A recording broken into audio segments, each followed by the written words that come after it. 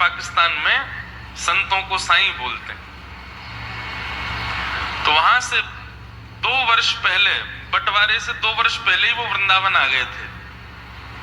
और ऐसी स्थिति थी उन महाराज जी की कि वो जो पगड़ी पहनते थे, पाग पहनते थे, उस पाग में भीतर श्री जानकी जी का एक चित्र रखते थे, स्वर्ण में मढ़ा हुआ। जानकी जी को सदा अपनी पाग में रखते थे और चित्त में सदा हमारी श्री किशोरी जी को रखते थे, श्री राधा रानी को। रहते वृंदावन में और गुण गाते थे श्री जानकी जी का। उनका नाम भक्त कोकिल स्वामी श्री अखंडानंद जी महाराज ने रखा। इसलिए रखा क्योंकि वो कोकिल मतलब जब वो नेत्र बंद करते थे ना, तो कोयल बनकर के प्रत्यक्ष राम लीला में पहुंच जाते, रामचरित्र में पहुंच जाते और वहां जाकर के उन लीलाओं को देख करके आके लिखते जो कहीं लिखी नहीं है। ऐसी लीलाओं का वर्णन करते थे भक्त कोकिल। तो हर वर्ष मैं रामनवमी पर 2-3 दिन का प्रवचन सत्र मेरा वहीं होता था। इस बार हमने हाथ जोड़ के थोड़ी क्षमा मांगी कि महाराज जी तो बहुत वर्ष पहले ही ठाकुर जी के श्री चरणों में विराजमान हो गए, पर उनके जो अनुयायी हैं वो हर वर्ष 1-2 दिन 3 दिन का सत्र रखते हैं प्रवचन का। इस बार दास ने निवेदन किया कि हमारी तो मास भर की कथा है, हम नासिक जाएं। हम बहुत सारी कथाएं स्थगित करके सबको आगे पीछे फेंक फांक के हम आए हैं यहाँ पर कि नासिक में ये, और महाराज जी इतने व्यस्त हो गए यहाँ आकर के। हम तो सोच रहे थे आनंद से एक जगह डटे रहेंगे, कुछ करेंगे धरेंगे नहीं, पढ़ेंगे कथा सुनाएंगे। आज रामनवमी थी तो आज हमने सोचा सुबह जल्दी उठेंगे, 3:30 बजे उठ करके और जल्दी से स्नान करके और जप करेंगे। जब 3 घंटा लगता है जब से निवृत्त होकर फिर अभिषेक करेंगे। अभिषेक के बाद नवमी का हर महीने का नवमी का एक हवन का क्रम भी बना हुआ है। हवन करेंगे, स्नान करेंगे, समय बच जाएगा तो पढ़ेंगे। इतनी जल्दी करी फिर भी 1 मिनट भी नहीं मिलता। हम आने में 10-15 मिनट विलंब से इसलिए आते, मैं जल्दी देखता हूं कि आज क्या विषय। वैसे तो विषय सब गुरुदेव कृपा से देखा है, लेकिन जब चिंतन करते हैं देखते हैं तो कुछ नवीन भाव आता है। तो भक्त कोकिल, उन्होंने महाराज जी एक बड़ी सुंदर लीला सुनाई। जो वो कोकिल बनकर के जाके देखते थे, तो एक सुंदर ग्रंथ भी है भक्त कोकिल। स्वयं श्री अखंडानंद जी महाराज ने ही उसकी रचना करी, भक्त कोकिल। तो उसमें एक लीला सुनाते हैं, हमारे यहाँ तो बड़ी प्रसिद्ध है, आप में से सब शायद किसी ने सुनी होगी, नहीं सुनी हो तो सुनो।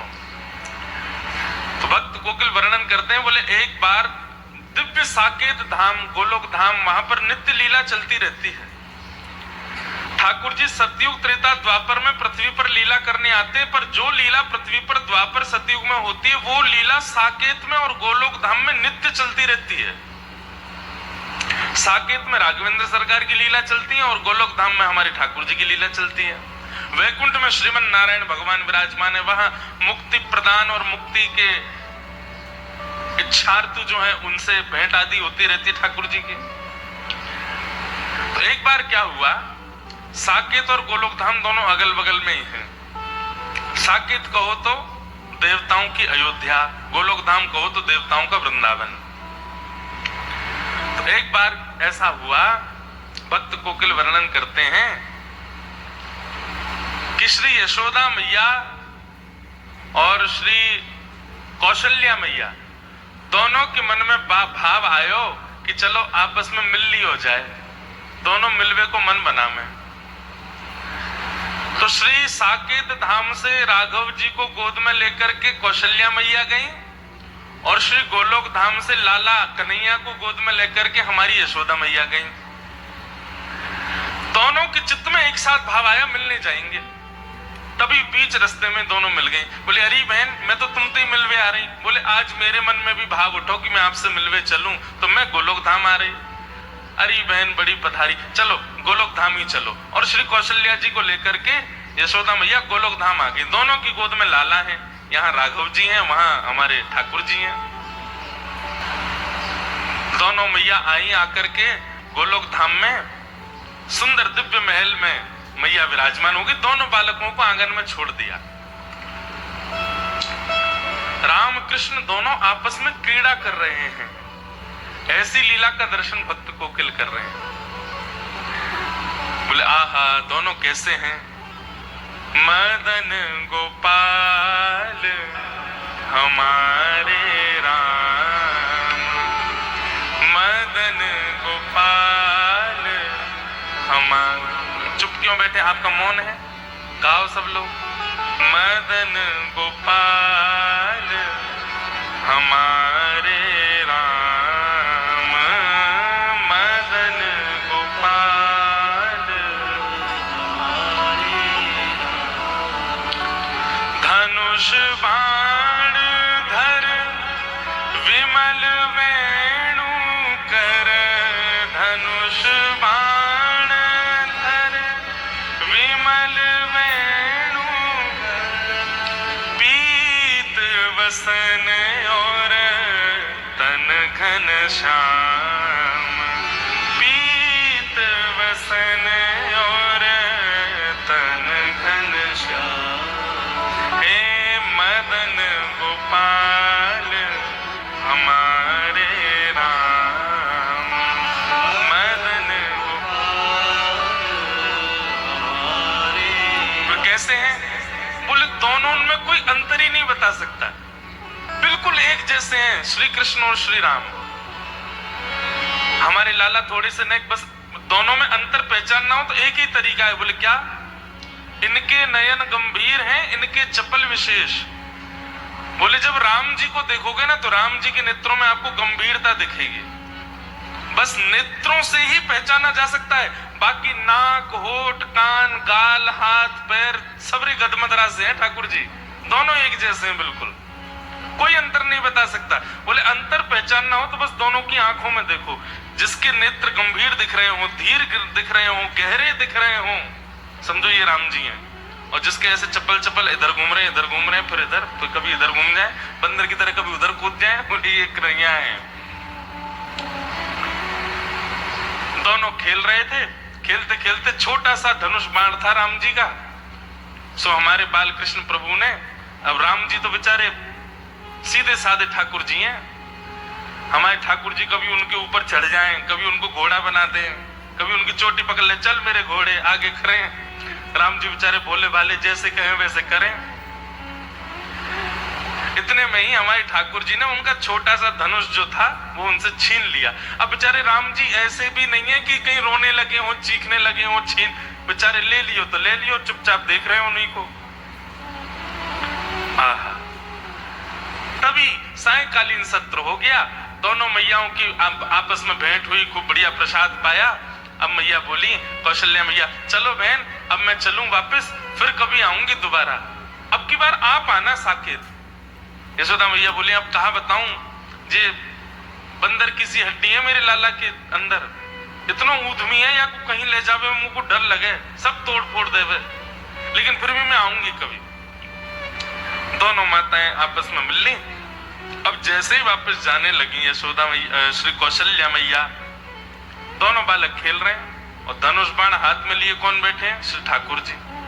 तो धनुष बाण देख करके कौशल्या मैया ने सोचा यही है राम जी, सोई हमारे गोपाल जी को गोद में उठा लिया और ठाकुर जी को लेकर के श्री कौशल्या मैया साकेत को जा रही और राम जी रह गए वहीं गोलोक धाम में। दोनों बालक अदला बदली हो गए। ठाकुर जी भी इतने चतुर, बोले ही नहीं रास्ता में कि मैं राम नहीं हूं, वो भी पकड़ के जा रहे, दिख के तो हूं साकेत कैसो है, या राम के सखान को मजा चका के आऊंगो। अब यहाँ राम जी भी बेचारे चुपचाप बैठे, ना रो रहे हैं ना बोल रहे हैं कि मेरी मैया चली गई है। यशोदा मैया गोद में लेकर के घूम रही हैं। अब दोनों माताओं की स्थिति कैसी है? यशोदा मैया तो पूछ रही है, बोले लाला तो कहाँ है गो, हैं तू ऐसा गुम्म काहे को बैठो है, ना कछु बोल रहा है, ना कछु कर रहा है, ना उछल रहा है, ना कूद रहा है, मक्खन खाएगो। अब राम जी बेचारे बोले गर्दन काहे को हिला रहा है, बोले चोना है हमको नहीं खाना है। जी कौन सी भाषा लाला, तू तो ब्रज भाषा बोले, ये तेरी ब्रजभाषा तो है ना लाला, तू बोल का रो है? अरे वो कौशल्या को छोरा आयो, राम बात सीख गयो, क्या भाषा है? राम जी चुपचाप बैठे, अब क्या करें? और वहां स्थिति क्या है? जैसे ही ठाकुर जी पहुंचे साकेत, अब तो वहां तो बड़े शिष्टाचार मर्यादा रहती है। दशरथ जी महाराज भोजन करने के लिए जब बैठते हैं तो बगल में एक छोटा आसन लगता है, छोटी चौकी पर छोटी थाली में राम जी पाते हैं। लेकिन यहाँ साकेत, यहाँ गोलोक धाम में तो नियम है कि श्री नंद बाबा की गोद में बैठ जाए ठाकुर जी और उन्हीं की थाली में से खावे। जो नंद बाबा खा रहे हो हाथ पकड़ने पहले मुंह खवाओ फिर खाइयो। यहाँ तो ऐसी लीला है। अब वहां दशरथ जी ने कहा, आओ राघव, आइए बैठिए, प्रसाद पाते हैं साथ में मिलके। बगल पे आसन पर आकर के कौशल्या मैया ने बैठा दिया। ठाकुर जी बोले, जे कहा है भैया, ये आसन पे मैं तो कभी बैठो ना हूं। तुरंत चढ़ गए और दशरथ जी की गोद में बैठ गए और गोद में बैठ करके वहीं बैठ गए। वहीं प्रेम, दशरथ जी को भी बड़ा प्रेम लगा। अरे देखो कौशल्या, आज राम गोद में बैठ गए मेरी। शायद इनका भाव है कि गोद में बैठ के पाएंगे। अब तो महाराज ये तो बड़े आश्चर्य की बात थी साकेत धाम के लिए। सब लोग आ करके देख रहे हैं और देख करके दूर से ही बलैया ले रहे हैं। आहा, आज राम जी का कैसा प्रेम उमड़ा है अपने पिताजी के ऊपर। अब दशरथ जी खा रहे हैं और बीच बीच में बड़े शिष्टाचार से खवा रहे हैं ठाकुर जी को। ठाकुर जी के मुंह में उंगली जाए सो उंगली काट जाए दशरथ जी की। दशरथ जी कहे, बोले राघव ऐसे नहीं करते, आपने काट क्यों लिया? इतने में तो ठाकुर जी ने कड़ी ली और कड़ी लेके दशरथ जी की दाढ़ी पे लगा दी, खीर लेके माथे पे लगा दी और पूरे मुंह पे सब मक्खन आदि पोत करके और अपनी जीभ निकाल के उनके गाल चाट गए। दशरथ जी बोले, ये कौशल्या ये क्या हो गया है? बाहर आकर के कौशल्या मैया ने देखी तो दशरथ जी तो पूरे सने हुए ऊपर से नीचे तक। बोले ये किसने किया? बोले ये राघव कर रहे हैं। ये कहां से सीख करके आ गए हैं ये सब? बोले अरे आज वहां गई थी ना मैं, गोलोक धाम, वहां यशोदा का बेटा बड़ा नटखट है, कहीं उससे तो नहीं सीख लिया? लेकिन फिर भी राघव तो ऐसा तो कभी नहीं करते। इतने में तो राम जी उछल करके भाग गए और महाराज आंगन में जितने भी बढ़िया सुंदर गमला रखे सब फोड़ दिए उठा उठा करके। पूरा साकेत धाम आश्चर्य में, बोले हो क्या रहा है? राम जी के बेचारे जो सखा हैं वे भी बड़े शिष्टाचार में आते हैं। हे राघवेंद्र सरकार, रघुकुल नंदन, हे दशरथ नंदन, हे कौशल्या नंदन, आपके खेलने का समय हो गया है, आइए विराजिए। वहां तो इतनी आज्ञा से बुलावे, वहां पे ओ लाला क्या कर रहे रे, जल्दी आ जा, गैया सबरी गई है वन में चरवे के काज, हमारा डोलवे को समय है गया, जल्दी आने करके, नहीं आवे को तारी के हम भीतर आ रहे हैं। वहां तो ऐसे बोलने सब। ठाकुर जी निकल करके बाहर आए, राम जी के सब सखा देखे, सब सखा तो ऐसे निवेदित कर रहे हैं, ये लीजिए गेंद, इससे खेल ले राघव, आइए यहाँ खेलेंगे।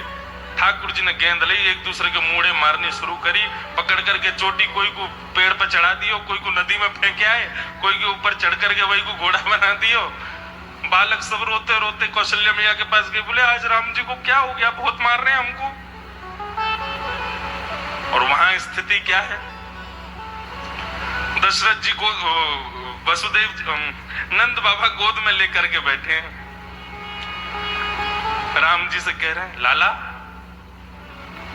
आज कड़ी मत लगाइयो मेरी दाढ़ी ते और मैं प्रेम ते पान दियो, नहीं तो देख लूंगा फिर मैं। लेकिन यहाँ तो राम जी बेचारे चुपचाप बैठे हैं, ऊपर गोद में उनसे बैठा ही नहीं जा रहा, कभी बैठे ही नहीं कभी गोद में। अब बार बार उतर करके वो तो नीचे आ जाए, फिर उठा करके गोद में रख ले नंद बाबा, फिर उतर के नीचे आ जाए। अब अपने हाथ से खिला में उनको अभ्यास नहीं किसी के हाथ से खाने का, अपने हाथ से खाते हैं, आकर के थाली में से अपने आप तोड़ करके पा रहे हैं। यशोदा आज चंद्रमा कहां से निकलो, देखियो लाला अपने हाथ से भोजन कर रहा है। और बड़े प्रेम से नव कवल तोड़ते हैं, लेकर के प्रेम से पाते हैं। बोले पता नहीं क्या हो गया, जब से राम जी से मिलके आए हैं, जब से राम जी आए घर पे तब ते पतो ना लाला हमारा बिल्कुल शांत सा है। यहाँ ग्वाल बाल बुलाने के लिए आए, कन्हैया चल खेलवे को समय है गयो। अब राम जी बेचारे बड़े सीधे साधे हाथ जोड़ करके बाहर गए। बाल कर ले पकड़ ले, बोले आज बड़ो हाथ जोड़ रहो कावे वाला ला, कल तेने बहुत मार लगाई हम, आज तो ना छोड़ेंगे हम। आज राम जी की बारी आ गई। सब ग्वालाओं ने खूब आनंद कराया, इतना ऊधम कराया महाराज, गीले कर लाए, जमुना जी में डुबाया है। राम जी बेचारे परेशान। रात्रि में बिस्तर पर बैठ करके राम जी के नेत्रों से मोटे मोटे आंसू गिर रहे हैं, और वहां कौशल्या और दशरथ जी के आंसू निकल रहे हैं। क्यों? बोले सोनी ना दे रो लाला। रात में राम जी अपने कक्ष में सोते हैं, लेकिन ठाकुर जी तो नंद बाबा यशोदा मैया के बीच में सोए। अब जबरदस्ती कौशल्या मैया और दशरथ जी के बीच में सो गए ठाकुर जी। कौशल्या मैया दशरथ जी दोनों जैसे सोए तो कौशल्या मैया की चोटी और दशरथ जी की दाढ़ी पे गांठ बांध दी ठाकुर जी ने। बोले अब आनंद आवेगो। थोड़ी देर में दशरथ जी उठे तो यहाँ कौशल्या जी की चोटी खींचे, दशरथ जी की दाढ़ी खींचे, और ठाकुर जी ताली बजा में आनंद आ गयो, आनंद आ गयो, आनंद आ गयो। कौशल्या मैया बोली, बोले ये राम तो नहीं कर सकता। और तभी बैठा करके धीर गंभीरता से जैसे ही ठाकुर जी के मुख की ओर देखा तो कभी इधर नेत्र घुमाते हैं, कभी इधर नेत्र घुमाते हैं, कभी नीचे देखते हैं, कभी कहीं देखते हैं। अचानक से कौशल्या मैया ने कह करके पुकारा कृष्ण। जैसे ही कृष्ण कहा तुरंत ठाकुर जी बोले हाँ मैया। लो हो, ये तो अदला बदली हो गई है। अरे ये हमारे राघव जी नहीं है, ये तो उनके लाला आ गए, ये गोपाल जी आ गए हमारे संग। और वहां धीर गंभीर ठाकुर जी चुपचाप बिस्तर पर बैठे हैं। यशोदा मैया और नंद बाबा दोनों पकड़ पकड़ करके बीच में सुबह में फिर उठ के चले जाए, बीच में सोना आता ही नहीं उनको। यहाँ यशोदा मैया बोली, बोले लाला इतना गंभीर तो कभी ना रहे। जैसे ही नेत्रों में झांक करके देखा तो धीर था, गंभीर था, बिल्कुल एक निष्ठता, मानो जैसे कितनी गहराई हो भीतर। यहाँ यशोदा मैया ने पुकारा राघव। बोले जी मां। आहा, राघव सुनते यशोदा मैया घबरा गई बेचारी। बोले बालक ने या कितनों घेरो, कितनों पटक दियो बेचारे, कितनों रोयो होगो। अरे हम तो बदल गए, पता ही नहीं चली कि लाला दोनों बदल गए। यहाँ से पकड़ करके राघव जी को लेकर के मैया गई, वहां से साकेत से ठाकुर जी को लेकर के श्री कौशल्या मैया आई। बीच रास्ते में दोनों का मिलन हो गया, खूब हंसी, दोनों गले से लगा ली। बोले दोनों ने पता ही नहीं चली। बोले भैया, यशोदा मैया बोली पकड़ो अपने माटी के मत होना, कछु करे ना धरे, चुपचाप बैठो रहे। कौशल्या मैया बोली आप भी पकड़ो अपने बंदर को, ये बैठता ही नहीं है, पूरे साकेत को अधर करके आ गया है। दशरथ जी की सफेद दाढ़ी पीली पड़ गई है, पूरे पे कड़ी लगा दी है। ऐसे आनंद का वो भाव भक्त श्री कोकिल अपने भाव में वर्णित करते हैं। मदन गोपाल हमारे राम, मदन गोपाल हमारे। जब हमारे प्रभु श्री राम लला अभी मंदिर में विराजमान हुए, दास वहां उपस्थित नहीं हो पाया। मेरी कथा चल रही थी गुना मध्य प्रदेश में, पर महाराज जी उस दिन कथा में मन ही नहीं लग रहा था। योग बन रहा था कैसे भी पहुंचने का, पर बहुत दूरी थी तो जा नहीं पाया। तो शाम को जितने भी संत गए मैंने सबको फोन लगाया और सबसे बात करी। आप विश्वास माने, कोई बनावटी बात नहीं कह रहा हूं। मैंने सबसे यही पूछा, मैंने कहा हमारे रामलला कैसे दिख रहे थे? सब यही कह रहे थे, बोले पहली झलक देखते ही ऐसा लग रहा था वृंदावन के श्री ठाकुर जी खड़े हैं क्या। बोले वैसे ही वृंदावन चंद की जैसी कांति, वैसी चपलता, वैसी नटखटता, कोई अंतर नहीं है बंधुओं, दोनों एक जैसे हैं बिल्कुल। गाओ दोनों बंधुओं, चित्त में एक छवि बनाओ। राम जी ने ऐसे गलवैया डाल रखी है ठाकुर जी के ऊपर, और ठाकुर जी ने गलवैया डाल रखी है राम जी के। कोई यदि चित्रकारी करना जानता हो, एक ऐसा चित्र बनाओ जिसमें दोनों ठाकुर जी एक दूसरे के गले में गलवैया डाल रखी हो। यहाँ पर धनुषधारी राम जी, वहां पर वेणु बजा रहे श्री कृष्ण। एक ऐसी चित्र कोई अगर चित्रकार बनाए तो हम उसको उपहार देंगे, एक चित्र बना करके। तो कैसा चित्र बनाना है इस पद में सुनो। मदन गोपाल हमारे राम, मदन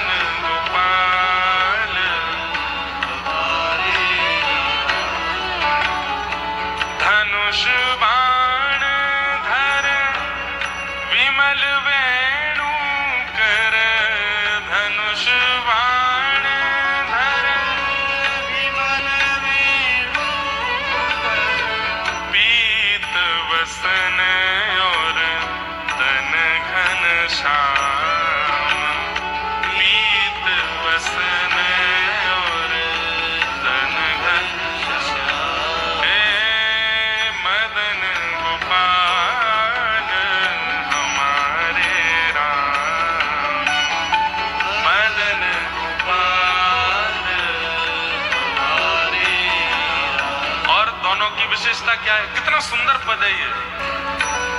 अपने भुज जिन जल निधि बांध्यो, अपने भुज जिन जल निधि मतलब समुद्र, अपने भुज जिन जल निधि बांध्यो, अपने भुज जिन जल निधि बांध्यो, रास रचाए कोटिक काम, रास कोटिक काम, रास रचाए कोटिक धाम, रास कोटिक काम, हे मदन गोपाल हमारे राम, मदन हमारे राम, हे मदन गोपाल हमारे राम, मदन बोल राजा रामचंद्र भगवान की।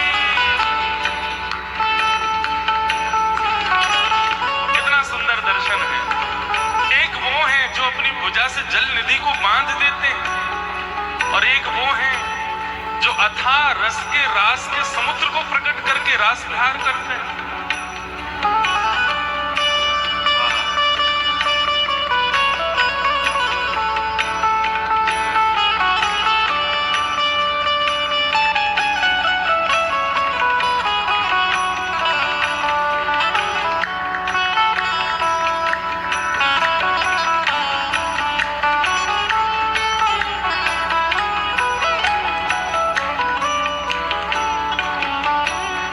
एक बात बताएं,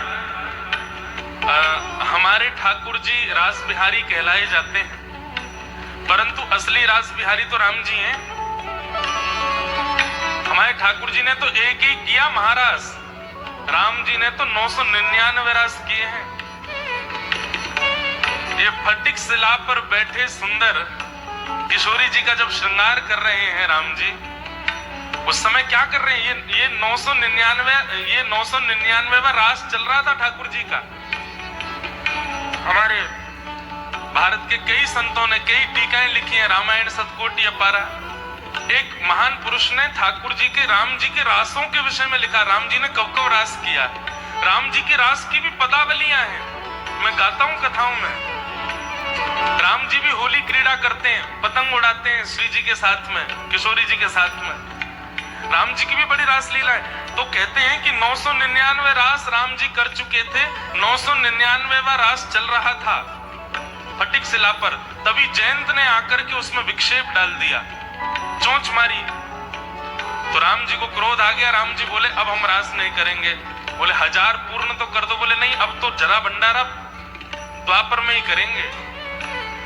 999 रासों का पूर्णाहुति ठाकुर जी ने की है द्वापर में। रामचरित्र में तो रास किए ठाकुर जी ने, वृंदावन में आकर के तो मदन गोपाल जी ने महारास किया। उस 999 रासों के जितने प्रकल्प थे सबको एक साथ प्रकट किया वृंदावन में। इसलिए रास बिहारी हमारे ठाकुर जी हैं, लेकिन उनके गुरु जी तो राम जी हैं। राम जी ने सिखाया उनको। ऐसे दोनों हैं। 10 सिर हती सब असुर संहारे, 10 सिर हती सब असुर संहारे, 10 सिर हती सब असुर संहारे, 10 सिर हती सब असुर संहारे, गोवर्धन धारो निज वाम, गोवर्धन धारो निज भाव, गोवर्धन धारो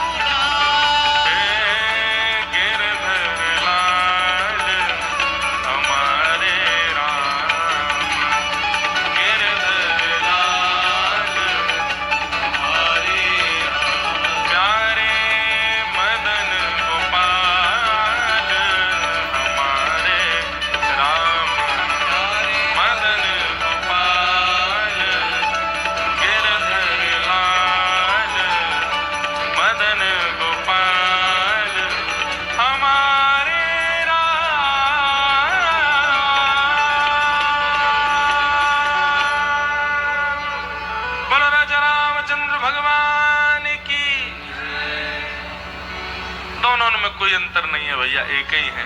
ऐसे राम जी के मंगलमय जन्मोत्सव की आप सबको बधाई हो, सबको बारंबार बधाई। आइए अब कथाक्रम में प्रवेश करें। पृथ्वी वायुराकाशम आपो अग्निश्चंद्रमा रवि।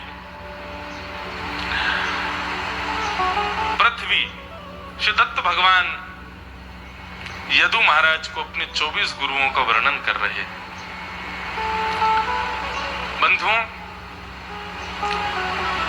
यह इतने गुरु बनाने का भाव, यहां पर हम सबके गुण तो सुन रहे हैं, पृथ्वी का गुण क्या, वायु का गुण क्या, आकाश का गुण क्या, पर श्री दत्त भगवान का भी एक गुण दिखता है क्या, कि सब में गुण देखना। ये हमारे श्री दत्त भगवान का गुण है कि सब में गुण देख रहे हैं। यदि आप खोजने को निकलो तो संसार में कोई भी व्यक्ति आपको गुण विहीन हो ही नहीं सकता। ये शास्त्र आज्ञा करते हैं कि संसार में किसी भी व्यक्ति का जन्म होता है तो गुण और अवगुण समान रूप से उसके अंदर विद्यमान होते हैं। कोई व्यक्ति नियम साधन करके, गुरु आज्ञा मान करके, गुरुजनों के संगति में रहकर, सत्संग में रह करके अपने अवगुणों को कम कर देता है, गुणों को श्रेष्ठ कर लेता है, और कोई कुसंगति में रह करके अवगुणों को बढ़ा लेता है और गुणों को क्षीण कर देता है। और गुण और अवगुण, इन दोनों के पैरामीटर से ही स्वर्ग नरक मिलते हैं।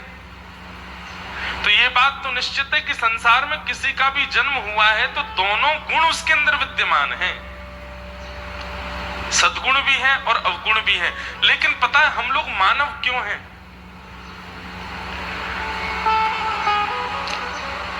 ठाकुर जी 3 लोगों का पालन करते हैं, दैत्य, देवता और मानव। दैत्य कौन? बोले जो सब में अवगुण देखता है। उसके सामने साक्षात रघुनंदन श्री राम जी भी खड़े हो जाते हैं तो वो राम जी में भी अवगुण देखता है। दैत्य कौन है? मल्लानाम मशनिर्णिनाम नरवर स्त्रीणाम स्मरो मूर्तिमान। श्रीमद् भागवत के 10वें स्कंद में श्री शुकाचार्य जी वर्णन करते हैं कि जब भगवान श्री कृष्ण का सुंदर वपु, सुंदर अंग जब कंस के सामने प्रकट हुआ तो जिस रूप को देख करके कामदेव भी मोहित हो जाता है, जिस रूप को देख करके आकाश में भ्रमण कर रही देवताओं की देव कन्याएं जो कि परम सुंदरी हैं, ऐसी परम सुंदरी कन्याएं भी ठाकुर जी को देखने के लिए बादल के ओट से झांकती रहती हैं।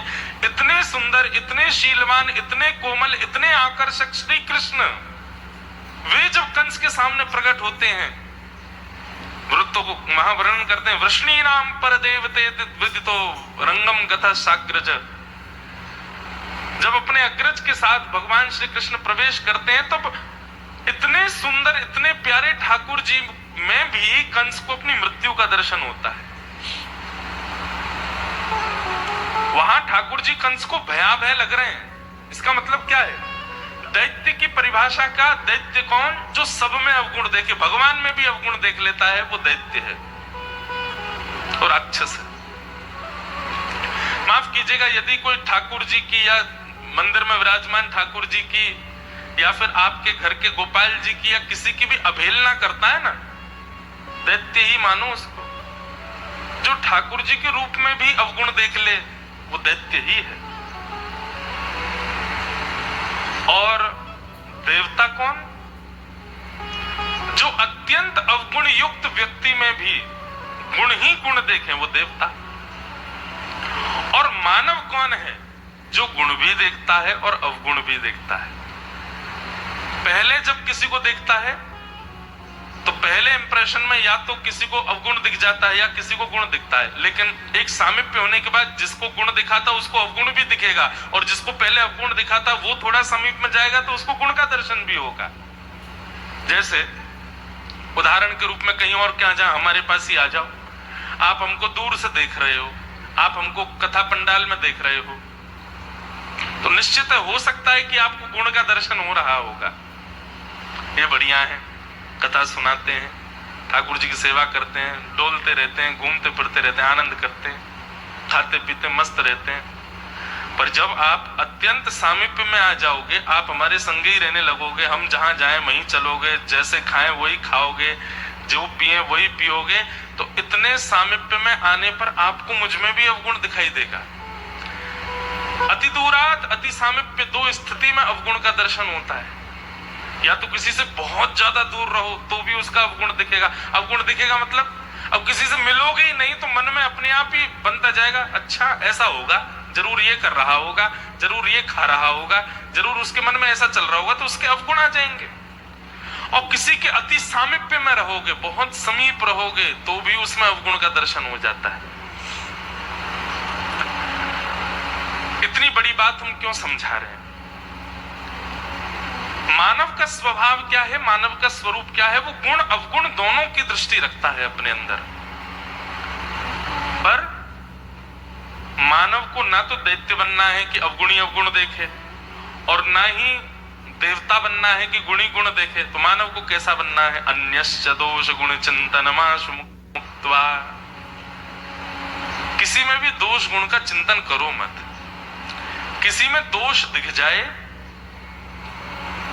भगवान से प्रार्थना करो और स्वयं प्रयास करो कि इसका दोष ठीक हो, और किसी में गुण दिख जाए तो उस गुण से ज्यादा आसक्त मत हो।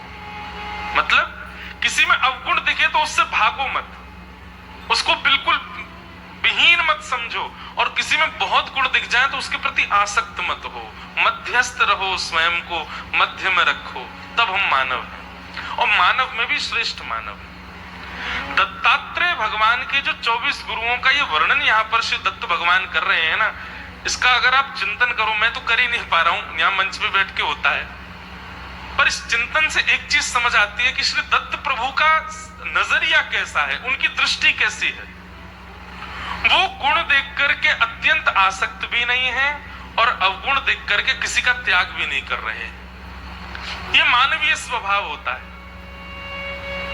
ऊपरी गुण देख करके खिंचा चला जाता है और ऊपरी अवगुण देख करके त्याग भी कर देता है। मध्यस्थ रखे स्वयं को। दत्त भगवान की दृष्टि कैसी है? ऐसी है जैसी एक श्रेष्ठ मानव की होनी चाहिए। और आप कहें महाराज जी कैसे बनेगी? तो पालन करो इन 24 गुरुओं के शिक्षाओं का, हमारी दृष्टि भी ऐसी हो जाए। आहा, बहुत सुंदर। तो पृथ्वी पहली गुरु, वायु दूसरे गुरु, आकाशम तीसरे गुरु, आपो यानी कि जल चौथे गुरु। कल जल के विषय में हमको ज्यादा पत्र तो मिले नहीं हैं, 2-4 पत्र मिले, लाल जी के पास मिले थे। अब उनको हम पढ़ तो आए, लेकिन पंडित जी शायद कमरे में ही छोड़े आए, यहाँ पे तो आए नहीं है आज। पर कोई नहीं, लाल जी हमारे प्रिंसिपल हैं, उन्होंने चेक कर लिए हैं। हम कोई ऐसा नहीं गृह कार्य आपको जबरदस्ती दे रहे हैं, आपको भाव लगे तो करो। पर कई लोगों के आए हैं पत्र, मैंने पढ़े हैं, बहुत सुंदर उत्तर लिखा उनका। पृथ्वी वायु आकाशम, आपो यानी कि जल। अब अगले गुरु कौन है? अग्नि। भगवान दत्त कहते हैं मेरे 5वें गुरु का नाम है अग्नि। महाराज यदु कहते हैं भगवान अग्नि से आपने क्या सीखा? बोल अग्नि से हमने क्या सीखा? जिस प्रकार अग्नि किसी भी वस्तु को संग्रहित नहीं करती, अग्नि का स्वरूप क्या है? कुछ भी प्रदान कर दो, अग्नि सबको पचा जाती है।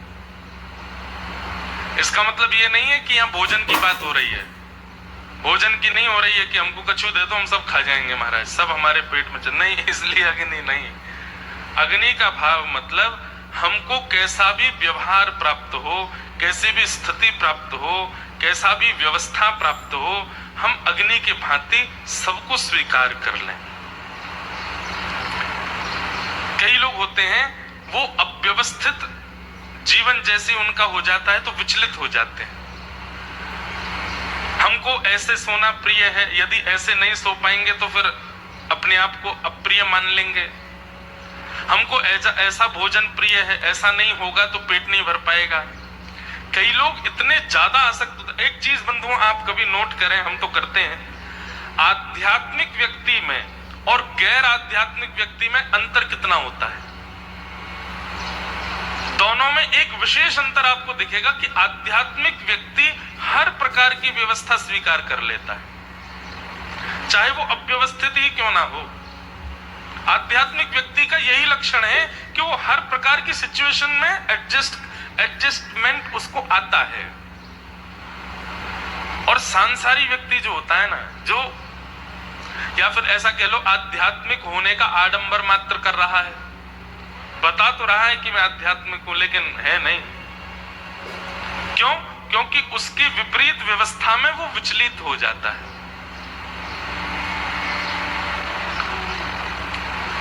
आध्यात्मिक कौन है, भक्ति पथिक कौन है, वैष्णव कौन है? जैसी स्थिति, जैसा स्वरूप, जैसा स्वभाव, जैसी परिस्थिति, उसमें उसको स्वीकार कर ले। जो प्राप्त है वही पर्याप्त है। ये मैंने अग्नि से सीखा। सबको स्वीकार करती है, कुछ भी दे दो।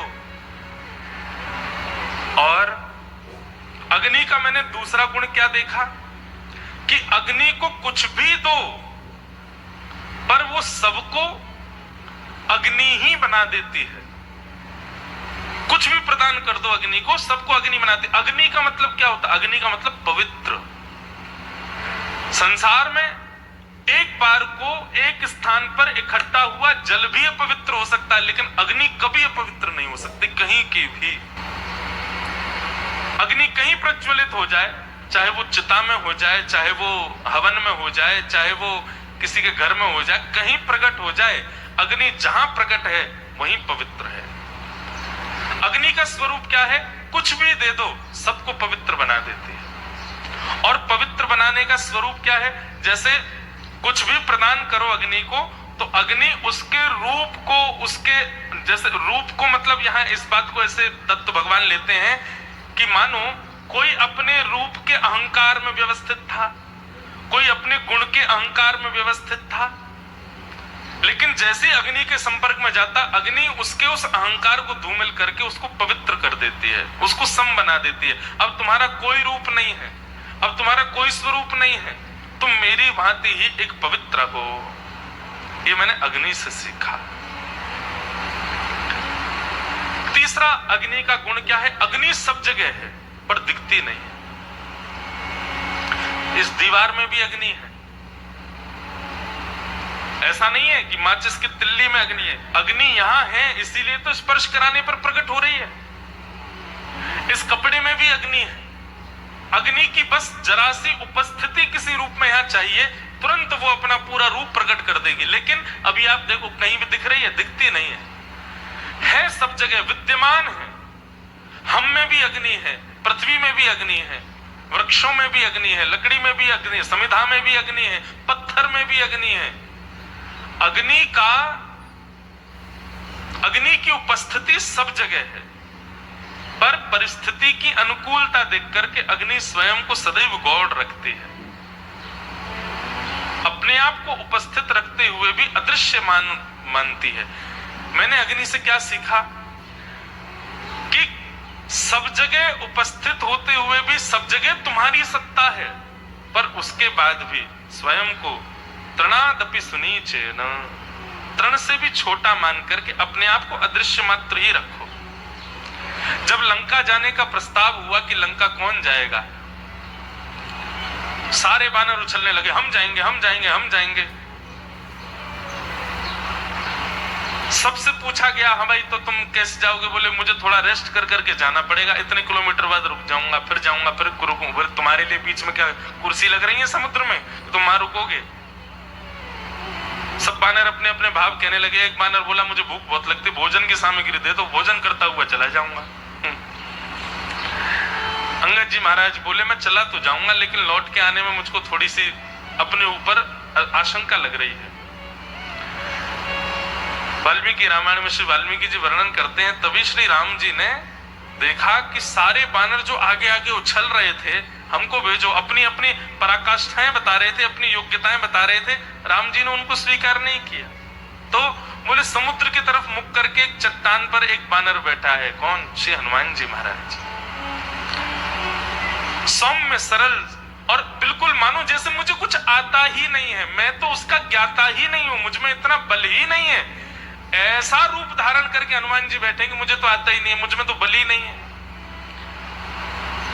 बलवान होते हुए भी, योग्यवान होते हुए भी अपने उस गुण को छुपा करके श्री हनुमान जी महाराज बिल्कुल सरल दीन। अच्छा एक और बात, गुण है और उस गुण को जबरदस्ती छुपा रहे हो, ये भी योग्य नहीं है। कैसा होना चाहिए?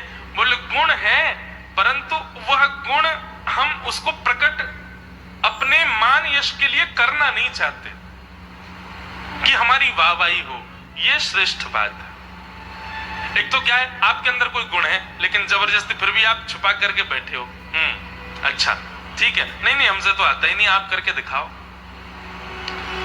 अब अंदर ही अंदर क्या, बाहर से तो आप दिखा रहे हो कि आपके अंदर वो गुण नहीं, पर अंदर एक सूक्ष्म अहंकार के रूप में आप ये सोच रहे हो, अच्छा ये जब करेगा ना तब इससे बढ़िया करके मैं दिखाऊंगा, तब इसको पता चलेगा कि मुझ में भी ये गुण था लेकिन मैं तो छुपा रहा था। ये भी एक अहंकार का स्वरूप है।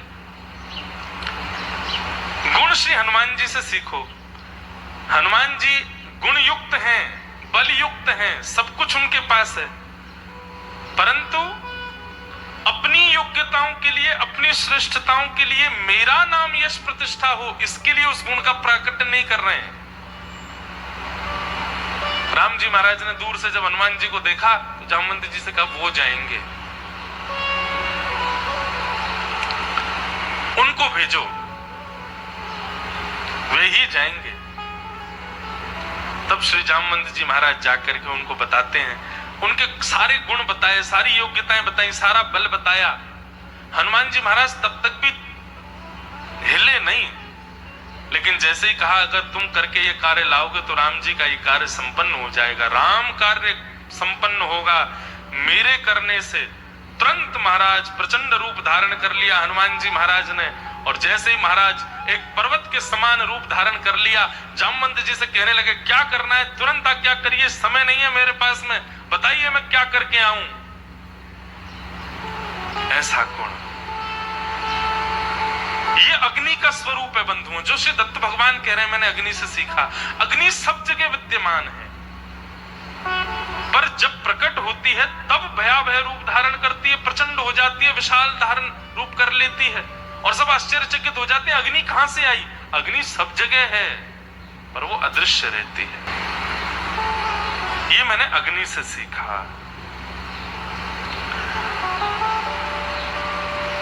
अग्नि सब जगह विद्यमान है, प्रकट करने पर प्रकट होती है।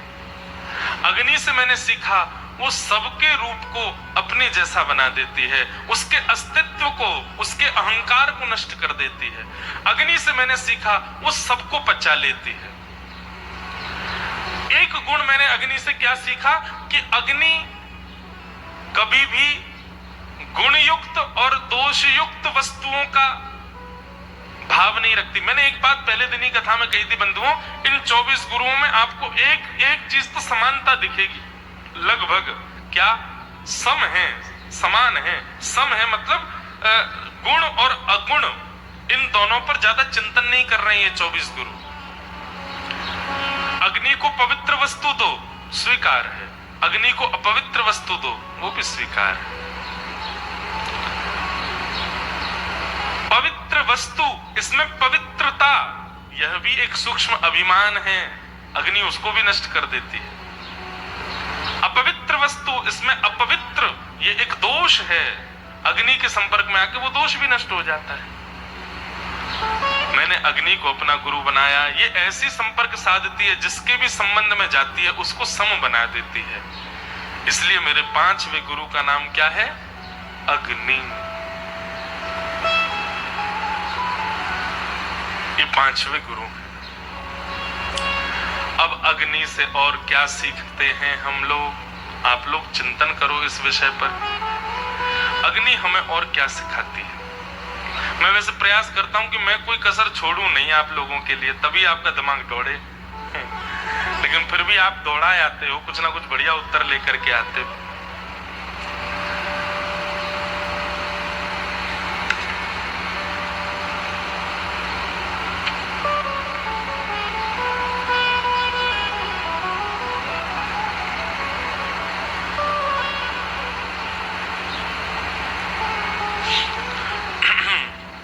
अग्नि, ये दत्त भगवान के 5वें गुरु हैं, इनको हम प्रणाम करते हैं। अवधूत चिंतन श्री गुरुदेव दत्त।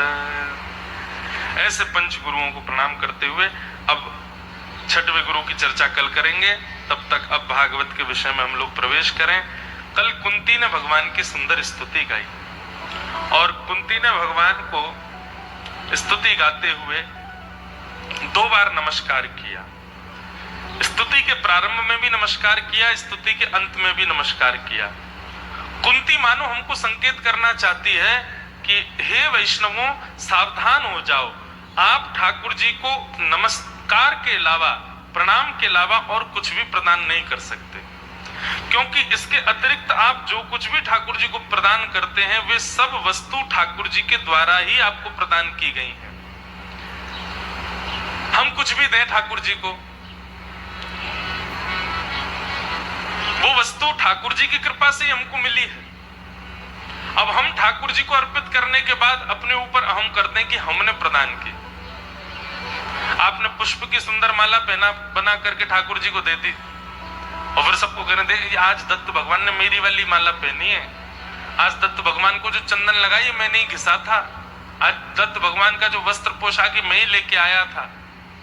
ठाकुर जी मन में चिंतन करते होंगे, लाला क्या विचार कर रहे हो, ये माला तुमने बनाई है, हमने पुष्प ही नहीं बनाए होते तो, हमने इनमें सुगंधी ही नहीं दी होती तो, हमने इनको ये आकृति और ऐसा रंग ही नहीं दिया होता तो, और छोड़ो हमने तुमको हाथ ही नहीं दिए होते तो कैसे बनाते। विचार करो, आप जिस बात का अभिमान कर रहे हैं कि ये मैंने किया, कभी उसकी सूक्ष्मता में जाकर के देखो। यदि ठाकुर जी का अनुग्रह नहीं होता तो वो कुछ भी करने के आप सक्षम थे नहीं, तो फिर किसी बात का अभिमान क्यों कर रहे हैं। देने वाले ने दिया वह भी दिया किस शान से। ठाकुर जी ने कितनी शान से दिया है हमको, 2 नेत्र प्रदान किए, 2 कान दे दिए, नासिका दी, जीभ दी, हाथ दी, पैर दिए। मेरा है यह लेने वाला, कह उठा अभिमान से। देने वाले ने तो कोई कसर छोड़ी नहीं देने में, सब कुछ दिया हमको, लेकिन हम कितने अभिमानी, लेने के बाद उसको अपना बनाते हैं, अपनी मोहर लगा लेते हैं कि ये मेरा है। आजकल ये प्रचलन चला है ना, लावारिस जमीन दिख रही हो तो कई लोग इसी फिराक में घूम रहे होते हैं कि इसको कैसे अपना बनाया जाए। कोई भी वस्तु, कोई भी कुछ भी हो संसार में, हम सबके प्रति अपना भाव हम क्या रख सकते हैं। एक विनोद की बात है, हमारे परिवार में एक बार बहनों ने कुछ बनाया, अब सब लोगों ने पाया, तो पाने के बाद सब प्रशंसा, बोले वाह बहुत बढ़िया बना, बहुत बढ़िया। तो हमारा एक भाई था, वो आकर के बीच में बैठ के बोला सब्जी तो मैं ही लेके आया था, मैं सब्जी ही नहीं लाता तो कैसे बनती सामग्री। हम सब जगह श्रेय लेना चाहते हैं, हमारा सब जगह ये भाव होता है कि हमको इसका श्रेय मिल जाए, इसका श्रेय प्राप्त हो जाए। माफ कीजिएगा, आप कथा सुनकर के यदि भक्ति पथ के पथिक बन गए और उसका श्रेय मैं ले लूंगा ना कि भाई मेरी कथा सुनकर के ये भक्ति पथिक बने, ठाकुर जी किसी दिन बहुत जोर से डंडा घुमाएंगे अपना, बोले भैया देखो तुम तो केवल माध्यम हो, वास्तव में कोई भक्त बनता है उसका निश्चय पहले ही ठाकुर जी कर चुके हैं कि इसको एक दिन भक्त बनना है, बस एक बार गलती से इसको उनकी कथा में भेज देंगे, वहां से थोड़ा सा इसको चेतना आ जाएगी और हो जाएगा काम शुरू। अब उसका अभिमान मैं करूं कि मेरी कथा सुन के हुआ, नहीं, कदापि नहीं। हजारों लोग सुन रहे हैं, सब क्यों नहीं बन गए भक्त? किसी एक व्यक्ति का जीवन परिवर्तित हो गया तो इससे मुझ में अभिमान कैसे आ सकता है? हजारों लोगों ने कथा सुनी, सबको क्यों नहीं हुआ? एक ही को क्यों हुआ? यहां पर यह बात प्रस्तावित होती है, पुष्ट होती है कि आपके और मेरे चाहने से आप वैष्णव नहीं बनोगे। ठाकुर जी जिसको चाहते हैं वो बन जाता है। मैं और आप तो केवल प्रयास मात्र कर रहे हैं। इस प्रयास में ठाकुर जी जिससे रीझ गए वो उसको स्वीकार कर लेंगे। तो हम कितने अभिमानी हैं। ठाकुर जी ने देने में कोई कसर नहीं छोड़ी। आंख दिए, नाक दी, जीभ दी, कान दिए, हाथ दिए, पैर दिए, त्वचा दी, बुद्धि दी, मन दिया और सारी सुविधाएं कर दी हमारे लिए। लेकिन उसके बाद भी हम मैं किए बिना रहते कहां? मैं मेरा यह है, मेरा है यह लेने वाला, कह उठा अभिमान से। और लेखक कहते हैं आश्चर्य की बात तो यह है कि ये मैं करने वाला मन भी ठाकुर जी नहीं दिया है। मैं मेरा यह कहने वाला मन उसी का है दिया। मैं नहीं, मेरा नहीं, यह तन किसी का है दिया। पूज्य पिताजी महाराज, पूज्य गुरुदेव भगवान को बड़ा प्रिय लगता है ये भाव। बचपन से उनकी कथा में सुनते आ रहे थे हम। मुझे भी बहुत प्रिय लगता है ये प्रसंग, ये पद।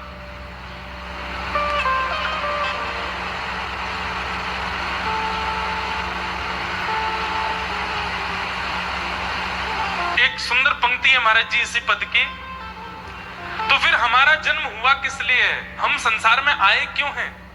तब लेखक लिखते हैं, जग की सेवा खोज अपनी। कितनी बड़ी बात।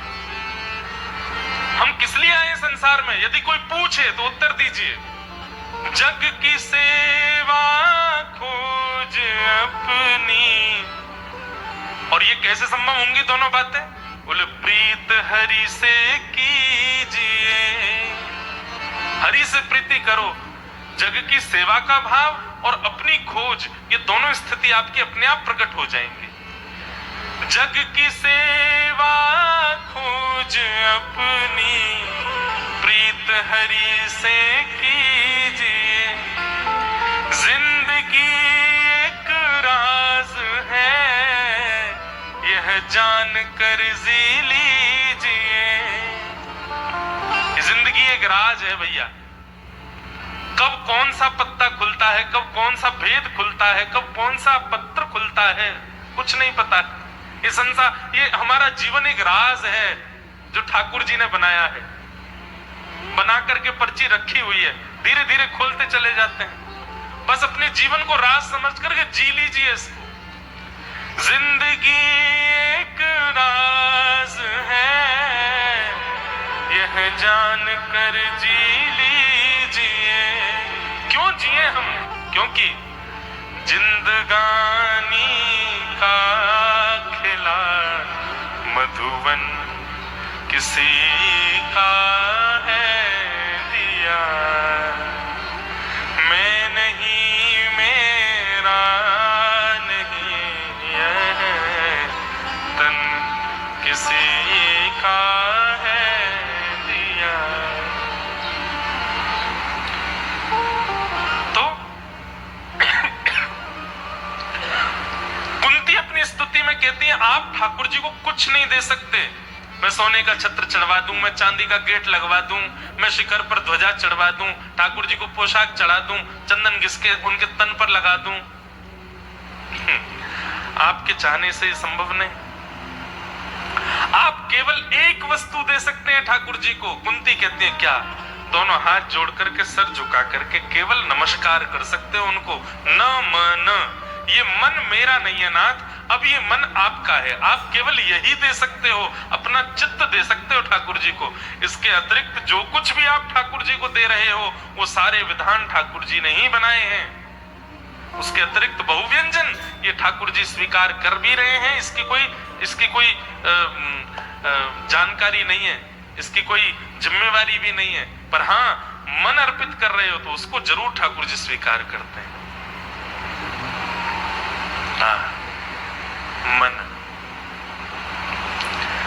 इसी को कहते हैं न मन, न मन। अब ये मन मेरा नहीं है, ये आपका है ठाकुर जी, इसको स्वीकार करो। कुंती ने अपनी स्तुति में 2 बार नमस्कार किया, प्रारंभ में और अंत में, और इस प्रकार श्री कृष्ण कृष्ण सख वृष्ण्य भाव निधुंग राजन्य वंश दहनान पवर्ग वीर्य गोविंद गोद्विज सुरात हिरावतार योगेश्वराखिल गुरु भगवन नमस्ते। कुंती ने अपनी स्तुति का प्रारंभ किया नमस्ये पुरुषम त्वाद्यम ईश्वरम प्रकृते परम, नमस्ये शब्द से, और कुंती अपनी स्तुति का विराम करती है योगेश्वराखिल गुरु भगवन नमस्ते। हम केवल नमस्कार ही ठाकुर जी को दे सकते हैं, इसके अतिरिक्त कुछ भी नहीं। न मन, अपना मन प्रदान करो ठाकुर जी को।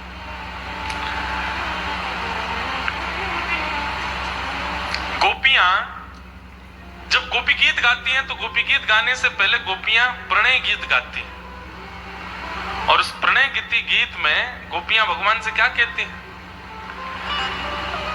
मयि भम विभोर्हति भवान गदितुं नृशंसम् संत्यज्य सर्व विषयांस्तव पादमूलम्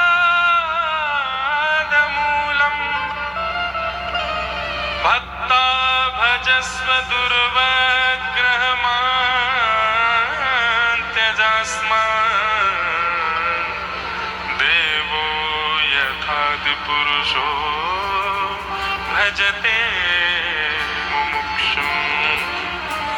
हे नाथ, आप हमको स्वीकार नहीं करोगे, आप हमको अंगीकार नहीं करोगे, ठीक है हम वापस चली जाएंगे, लेकिन उससे पहले हमारी एक वस्तु आपके पास है, वो हमको वापस करो। भगवान बोले मेरे पास क्या है? बोले चित्तम सुखेन भवता गहतम प्रहेषु ग्रहेषु। हमारा चित्त आपके पास है, हमारा मन आपके पास है। ठाकुर जी यदि आप हमको स्वीकार नहीं कर सकते तो हमारा मन जो आपके पास है उसको हमें वापस कर दो, हम उसको लेके चली जाएंगी। क्यों? उसके बिना यदि गई तो 24 घंटे कोई कुछ भी कहेगा, अरे ये कर दो, हम कहेंगे मन नहीं है। मन कहाँ है? मन तो कृष्ण के पास है। बच्चे कहेंगे दूध पिलाओ, हम कहेंगे नहीं पिलाना। क्यों? मन नहीं है। मन कहाँ है? मन तो कृष्ण के पास है। बिना मन के यदि संसार में चली भी गई तो फिर हम क्यों जी रही हैं?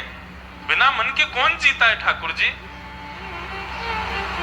आप हमारा मन हमको वापस कर दो। तब रास पंचाध्याय में वर्णन आता है, ठाकुर जी कहते हैं मैं सब वापस कर सकता हूं, लेकिन एक बार यदि किसी ने अपना मन मुझे दिया मैं वो कभी वापस नहीं कर सकता। ये कोई बात को अन्यथा रूप में मत लीजिएगा, लेकिन हाँ एक चीज के लिए ठाकुर जी के अंदर भी संग्रह की स्थिति आ जाती है, थोड़ा सा लोभ आ जाता है। कब? जब भक्त अपना मन मन प्रदान कर रहा हो। ठाकुर मन प्रदान करने का मतलब क्या है बंधुओं? बहुत ध्यान से सुनिएगा सब लोग। मन प्रदान करने का अर्थ क्या है? मन प्रदान करने का अर्थ है कि अब मेरा कोई अधिकार नहीं है इस मन की आज्ञाओं के पालन का। नाथ, ये मन मैंने आपको दिया, अब आपकी जो इच्छा हो वो इस मन से प्रकट करवाना, वही मैं करूंगा। ये होता है मन देना ठाकुर जी को। आप जब ठाकुर जी को मन दे देंगे तो स्थिति कैसी रहेगी? फिर आपके मन में जो भाव प्रकट होगा ना, वो आपका नहीं है, वो ठाकुर जी का है। वो ठाकुर जी चाह रहे हैं। इसका भैया दुरुपयोग मत करना। कहीं कोई यूं कह दे मेरे मन में तो वही आते हैं जो ठाकुर जी चाहते हैं, मैं अपना मन दे चुका हूं ठाकुर जी को, और मेरे मन में क्या आ रहा है? बोले मेरे मन में आ रहा है कि भाई नासिक जाओ, पानी पूरी खिला के लाओ मुझको। मेरे मन में बैठे ठाकुर जी कह रहे हैं मुझे पानी पूरी खिला के लाओ। ये ऐसी भावनाएं मन में नहीं आएंगी। ये बंधुओं संसारी उपभोग की वस्तुएं चित्त में आ रही हैं तो समझो ठाकुर जी को मन नहीं दिया है अभी।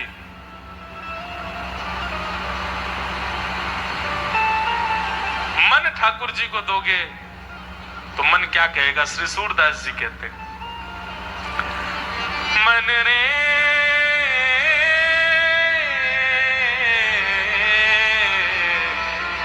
कृष्ण नाम कह लीजे, राम नाम कह लीजे। मन रे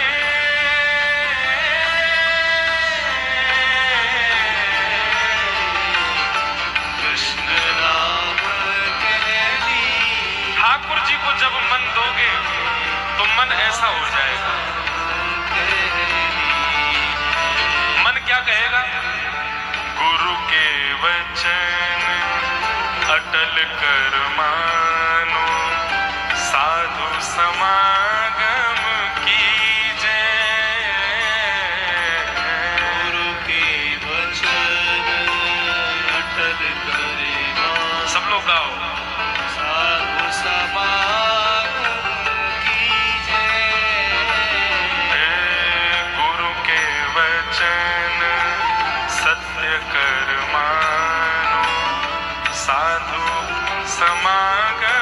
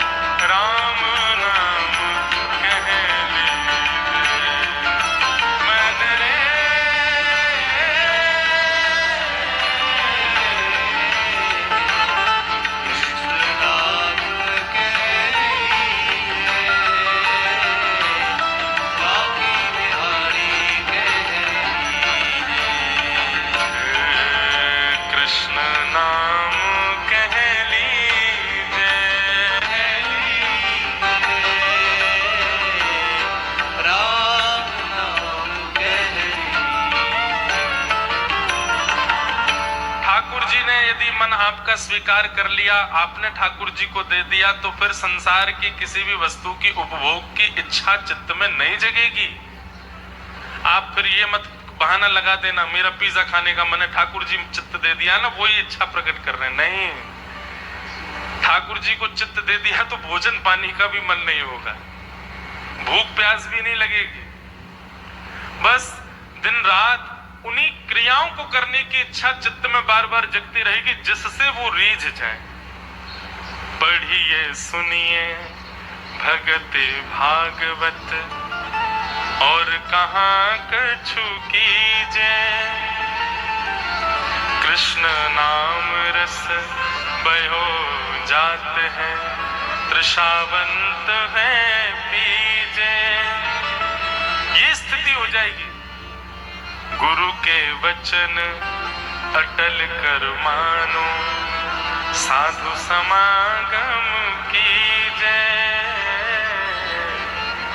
गुरुदेव ने यदि आज्ञा कर दी बंबई जाओ, तो आप अगर ठाकुर जी को मन दे चुके हैं तो आपकी स्थिति कैसी होगी? गुरु ने कहा बंबई जाओ, तो आप ये नहीं पूछेंगे कि जाके करना क्या है। गुरु ने कह दिया बंबई जाओ तो अब निकल जाएंगे, उसके आगे की आज्ञा गुरु ने कुछ कही नहीं है। तो शिष्य का शिष्यत्व तो ऐसा नहीं रह पाएगा ठाकुर जी को मन देने के बाद कि वो ये भी पूछे कि करना क्या है जाकर के। बस एक आज्ञा हो गई जाओ तो अब जाओ। इतना अटल विश्वास गुरु के वचनों के प्रति हो जाए, समझना मन ठाकुर जी ने स्वीकार कर लिया है, मन आप ठाकुर जी को दे चुके हैं। संसार में किसी वाद विवाद या बकवाद को सुनने की इच्छा नहीं होगी, फिर तो एक ही बात सुनने की इच्छा होगी। जहां हरि चर्चा हो, जहां सत्संग हो, जहां भाव चल रहा हो, वहीं जाकर के हम बैठे। मैंने दत्त धाम में एक चीज देखी, सुबह से शाम तक खाली नहीं बैठने देंगे आपको, लगे रहो। सुबह हमारे श्री मुकुंद काका जी महाराज यहाँ पर ज्ञानेश्वरी सुनाते हैं। श्री ज्ञानेश्वर महाराज जी द्वारा जो गीता के ऊपर भाव उन्होंने प्रकट किए, जो सबसे सुंदर टीका है, उसके ऊपर आप भाव प्रकट करते हैं। और मुकुंद काका जी ने मुझे कहा है कि आप जिस दिन आओगे उस दिन मैं हिंदी में बोलूंगा। तो मैं किसी दिन जरूर, कल ही शायद, कल या परसों हम बैठे, हम भी सुनेंगे क्या ज्ञानेश्वर जी के सुंदर भाव हैं वहां पर। वो पूर्ण होती है, फिर प्रसाद पाओ, प्रसाद पाते ही थोड़े से लेटोगे, फिर कथा में आ जाओ। कथा पूर्ण होकर के बस जा करके थोड़े सुस्ताओगे, फिर यहाँ पर पंचपदी होती है, उसमें आना है। कल तो हम भी लेट आए, तो हम भी कान पकड़े खड़े रहे कोने में। फिर वो पूर्ण करके जाओ, 9:30 बज जाएंगे, भोजन पाओ। अब क्या करोगे? फिर भोजन पा के सोना ही पड़ेगा, सुबह 4 बजे उठना जो है, सो जाओ। मतलब ये आपको नहीं व्यस्त किया गया है, आपके मन को व्यस्त किया गया है। कहीं पर वो मन आपका कहीं दूषित क्रिया में चला ना जाए। मन बहुत चंचल है बंधुओं, ये मन बड़ा चंचल है, कैसे तेरा भजन करूं, जितना इस समझा उतना ही मचल जाए, राधे तेरे चरणों की। एक बात यदि अपने सूक्ष्म शब्दों में कह दूं तो कोई अतिशयोक्ति नहीं। श्री दत्त धाम में किसी को नहीं, सबके जो सुधारने की वस्तु मन, उसी को सुधारने के लिए पूरे दिन लगे रहते हैं। प्रसादी के समय पर भी बालक जो मंत्र बोलते हैं वह भी मन को एकाग्र करने वाले मंत्र श्लोक ही बोलते हैं। और सबसे बड़ी बात ये, जिसने ये भेद समझ लिया कि और किसी को सुधारने की आवश्यकता नहीं है, मन सुधार लो बस। अभी कपिल देवभूति संवाद शुरू होगा ना, तो वहां कपिल भगवान कहते हैं चित्तम सुखेन भवता योग आध्यात्म कह पुंसाम मतेओ निश्रेयसायम अत्यंतो परतीर्यत्र दुखस्य च सुखस्य च। भगवान कहते हैं चेतः खलवस्य बंधाय रतम वा पुंसि मुक्तये। बंधन का कारण मैया आंख, नाक, जीभ, हाथ ये सब नहीं है कि मेरी जीभ बार बार चटोरेपने की तरफ ही दौड़ती है, आंख ऐसे दृश्य को देखने को ही भागते हैं, हाथ ऐसे स्पर्श के लिए जाते हैं। ये हाथ, पैर, आंख, नाक ये दूषित नहीं है। भगवान कहते हैं चेतः खलवस्य बंधाय, बंधन का कारण चित्त है मैया।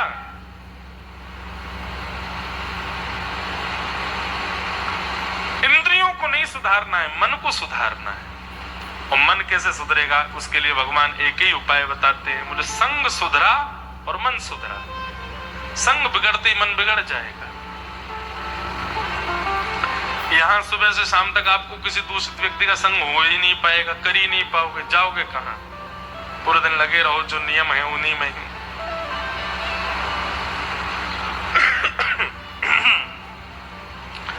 तो हम क्या चर्चा कर रहे थे? हाँ, कुंती स्तुति।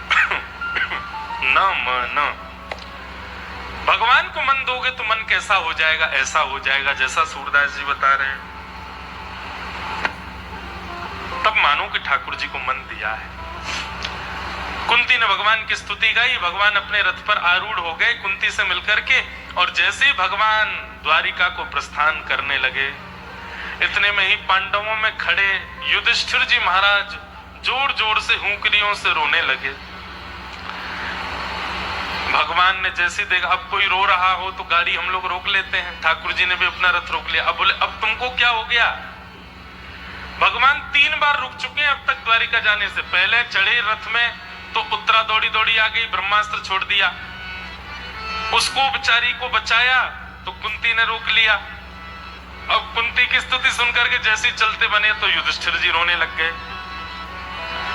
भगवान बोले ये रो क्यों रहे हैं? अच्छा एक बात बताएं आपको, भागवत जी में इस प्रसंग को आप कभी देखेंगे तो यहां पर भगवान ने युधिष्ठिर से पूछा नहीं है कि तुम रो क्यों रहे हो। इसका मतलब क्या है? ठाकुर जी समझ गए ये रो क्यों रहा है। व्यक्ति या व्यक्ति पर नहीं, हम एक बालक का उदाहरण लें। बालक अपनी मां की गोद में रोए, उसके कारण क्या हो सकते हैं बताओ? सबसे पहला कारण वो बालक भूखा है इसलिए रो रहा है। दूसरा कारण, कई बार ऐसा होता है बंधुओं, जैसे मां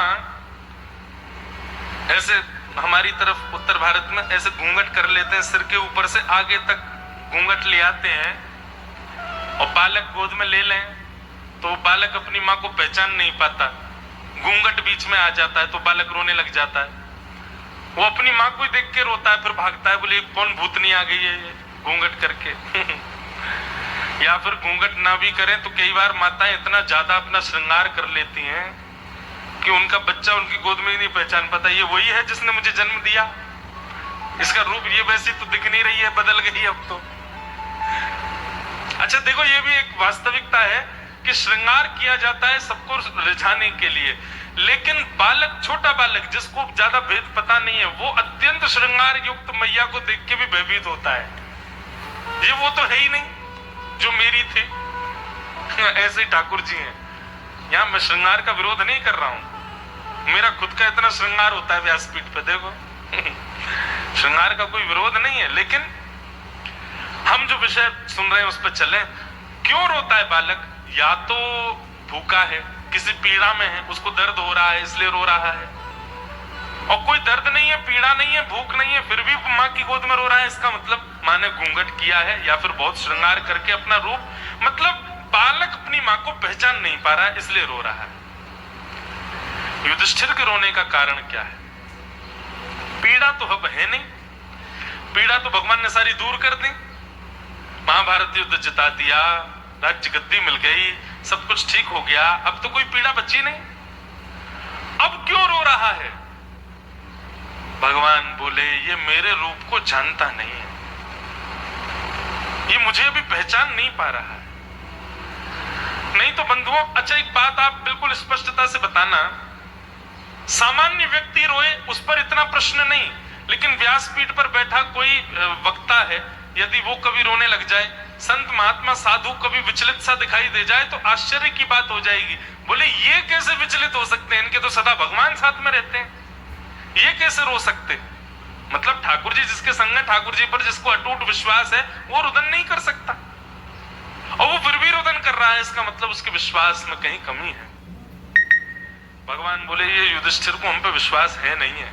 अरे भाई, पग पग हम हाथ पकड़ करके महाभारत युद्ध कराए, सब कुछ हमने कराया, सब कुछ बिल्कुल भगवान कह रहे मैं खड़े होके अपने सामने करवा के जा रहा हूं, तब भी इसको विचलितता हो रही है। ये हमारे रूप को जानता नहीं। भगवान रथ से उतरे और रथ से उतरते ही भगवान ने आज्ञा करी, चलो युधिष्ठिर मैं जानता हूं तुम क्यों रो रहे हो। युधिष्ठिर बोले क्या क्यों रो रहा हूं, बताना जरा। बोले बालत्व सुहन मित्र पितृ भातृ गुरुत्व, तुम्हारे युद्ध करने की वजह से छोटे बालक अनाथ हो गए, तुम्हारे युद्ध करने की वजह से महाभारत युद्ध में मारे गए सैनिकों की पत्नियां विधवा हो गईं, कितने माता पिताओं ने अपने बालकों को खो दिया, इस पीड़ा से तुम पीड़ित हो। युधिष्ठिर चरणों में गिर गए, बोले यही बात है, मुझे बस ये लगता है मैंने कितने बालकों को अनाथ कर दिया, मैंने कितनी माताओं को विधवा कर दिया, मैं युद्ध ही नहीं करता तो ठीक रहता। भगवान बोले हम सब जानते हैं, लेकिन अब अर्जुन को जो गीता सुनाई वो तुमको तो सुनाएंगे नहीं, हमको द्वारिका भी जाना है, लेकिन हाँ जहां हमारी बात काम नहीं करेगी वहां हमारे वैष्णव भक्त की बात काम करेगी। ठाकुर जी बोलने लगे अर्जुन को सुनाने के लिए हम पर्याप्त थे, पर तुमको हम सुनाएंगे तो प्रभाव नहीं होगा, क्योंकि वैसे ही अविश्वास है तुम्हारा, इसलिए तुमको उससे सुनवाएंगे जिस पर तुम्हारा विश्वास है, और जो मेरा भी है। कौन? भीष्म पितामह। बाणों की सैया पर लेटे हैं, प्रतीक्षा कर रहे हैं श्याम सुंदर की। बट मेरा सबसे प्रिय पात्र है श्रीमद् भागवत में भीष्म पितामह, मुझे बहुत अच्छे लगते हैं। क्यों? अब उसके कारण है, बताऊंगा आगे। भगवान समस्त पांडवों को लेकर के युद्ध भूमि की ओर पुनः जा रहे हैं, बहुत सावधानी से सुनिएगा। बाणों की सैया पर भीष्म पितामह लेटे हैं, और बंधुओं भीष्म पितामह के सामने एक काली काली माता जी खड़ी हैं हाथ जोड़ करके। ये कौन है? साक्षात मृत्यु देवी है। बोले मृत्यु हाथ जोड़ करके खड़ी है? बोले हाँ, क्योंकि भीष्म पितामह को इच्छा मृत्यु का वरदान है।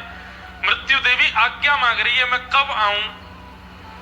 भीष्म पितामह के रोम रोम में बाण लगे हैं, पूरा पूरा शरीर छन्नी बन चुका है, लेकिन अभी भी पितामह भीष्म जीवित हैं। क्यों? क्योंकि उनके पास इच्छा मृत्यु का वरदान है, जब तक उनकी इच्छा नहीं होगी वो मर नहीं सकते। मृत्यु देवी हाथ जोड़ के खड़ी है, बोले कब कब आऊं मैं, ये बताओ। तब भीष्म पितामह कह रहे हैं, बोले कब आना, सुनो। सदैव देवो भगवान प्रतीक्षताम् कलेवरम यावदिदं हनोम्य प्रसन्नहासारुणलोचलोल्लसत् मुखाम्भुजो ध्यानपतश्चतुर्भुज। इतना प्यारा प्रसंग है।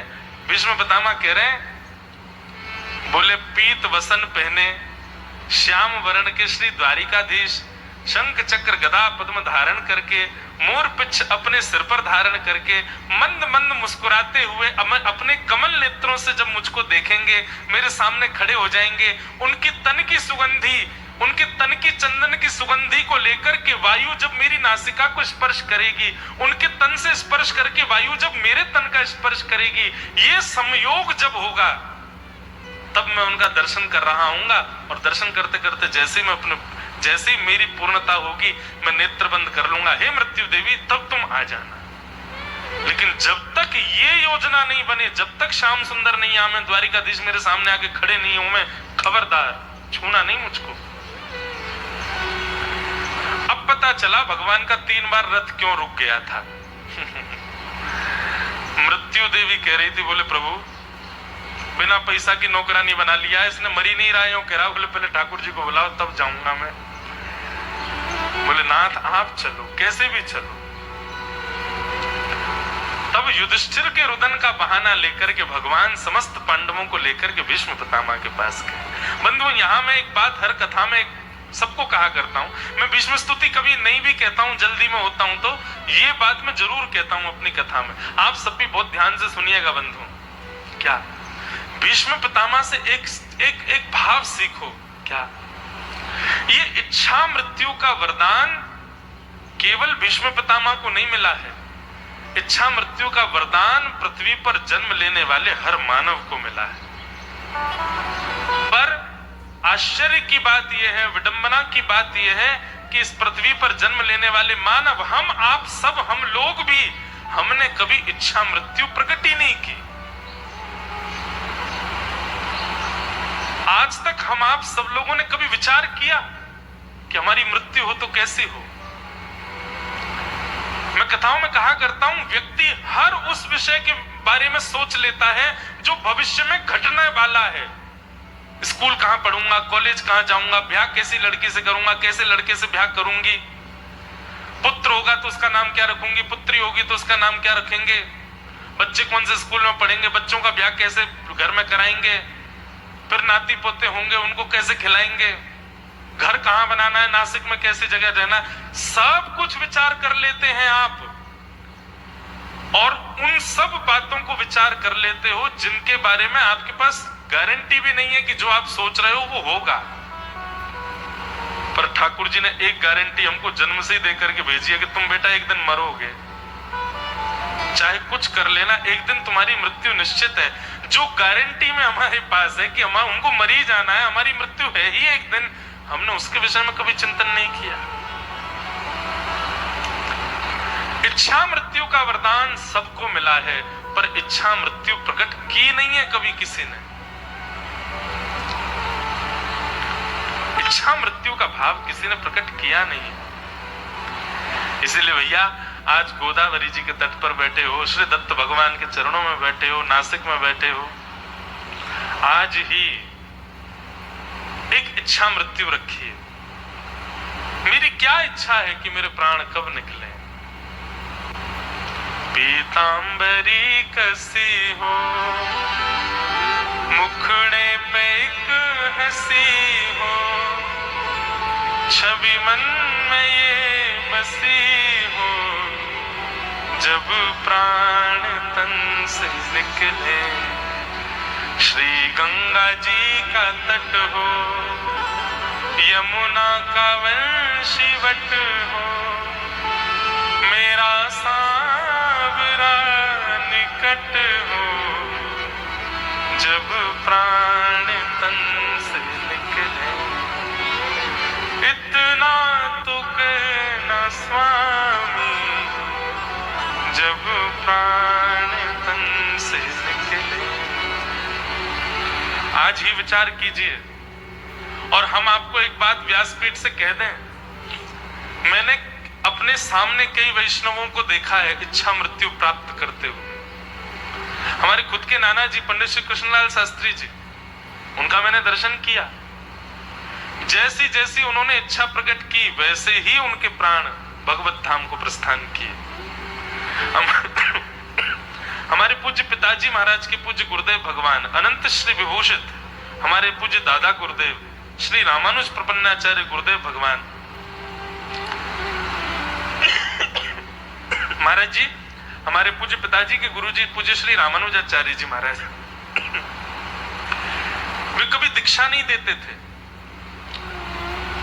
पिताजी महाराज को उन्होंने अध्ययन कराया भागवत जी का, लेकिन दीक्षा अपने एक मित्र से दिलवाई, गुरु उनको बनवाया, लेकिन वो इतना प्रेम करते थे। छोटी सी कथा सुनाऊं गुरुदेव की। हमारे पूज्य पिताजी महाराज बाल्यकाल में, छोटी अवस्था में, 7-8 वर्ष की आयु में रासलीला में कृष्ण बनते थे। घर परिवार में इतनी ज्यादा लोगों के पास में व्यवस्था नहीं थी, तो पिताजी 8 वर्ष की आयु में रासलीला में कृष्ण बनते थे। 50 रुपया महीना मिलता था, उसी से घर चलता था। लेकिन हमारे पूज्य पिताजी जब मुकुट पहन करके और काजल लगा करके बढ़िया बनमाली भेष धारण करके जैसे मंच पे आते थे, तो जितने भी दर्शनार्थी आते थे सबका चित्त हरण कर लेते थे।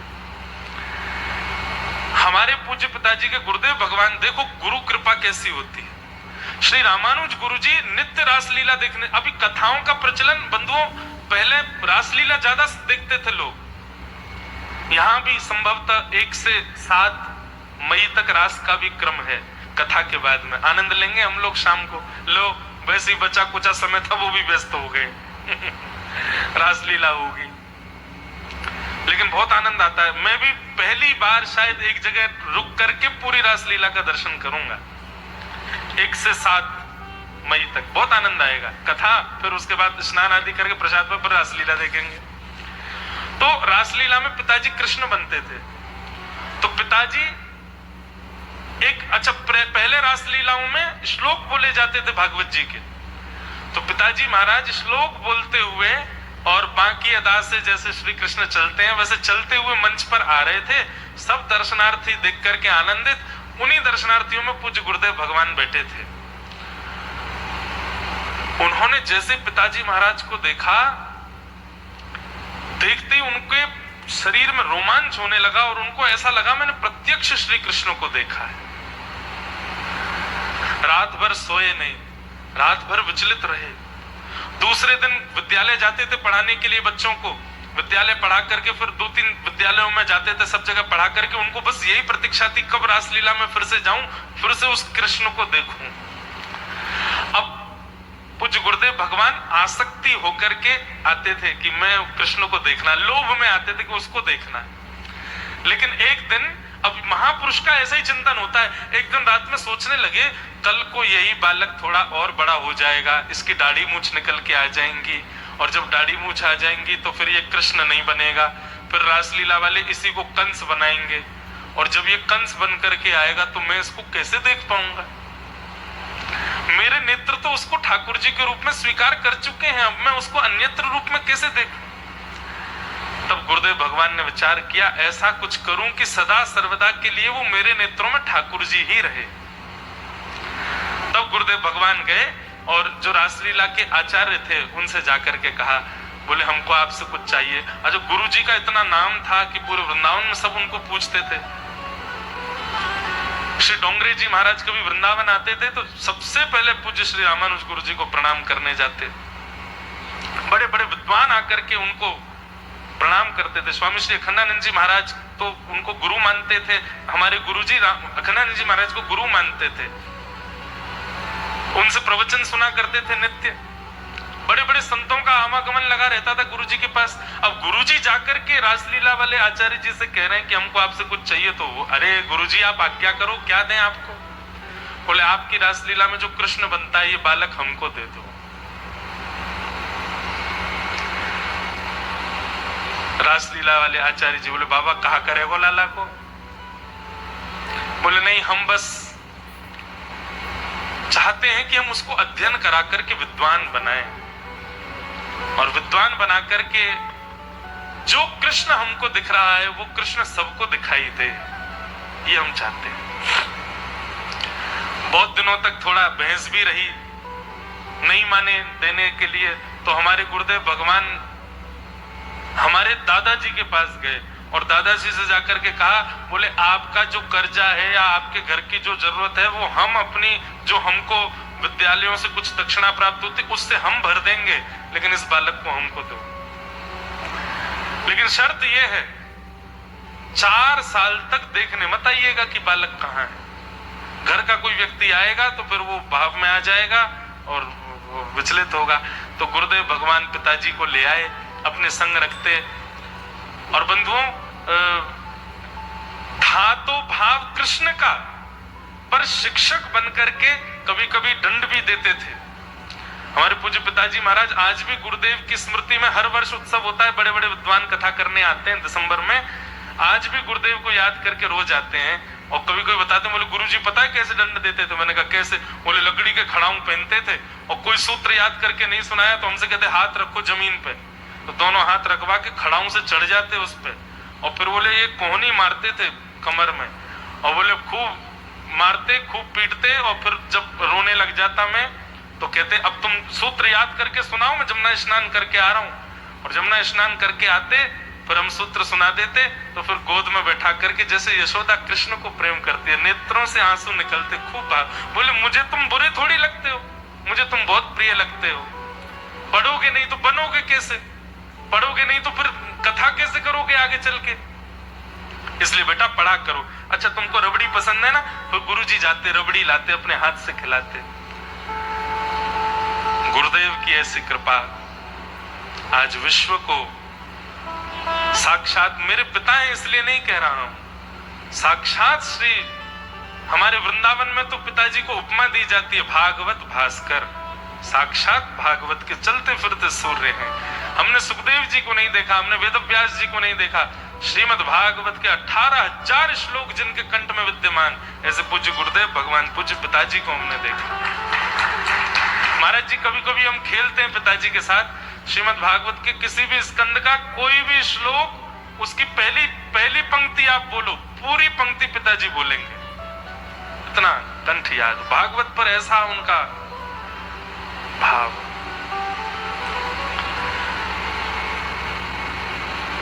तो ये विषय मैंने इसलिए सुनाया कि गुरुदेव जो थे वो इतना प्रेम करते थे पूज्य पिताजी महाराज, पूज्य गुरुदेव भगवान से, उनकी मनी मनी की इच्छा रहती थी कि जब भगवत धाम गमन हो तब कृष्णचंद्र मेरे समीप हो।